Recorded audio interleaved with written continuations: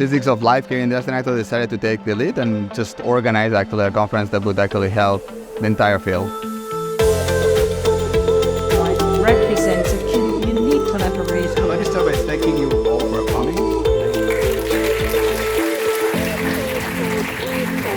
And I would do my best to try to digest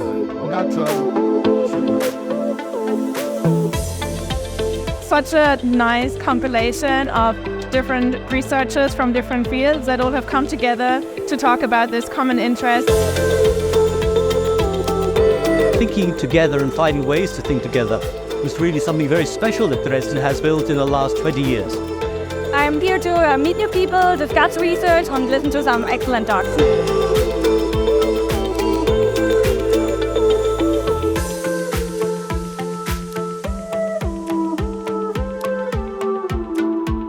And this conference is really the culmination of all of that.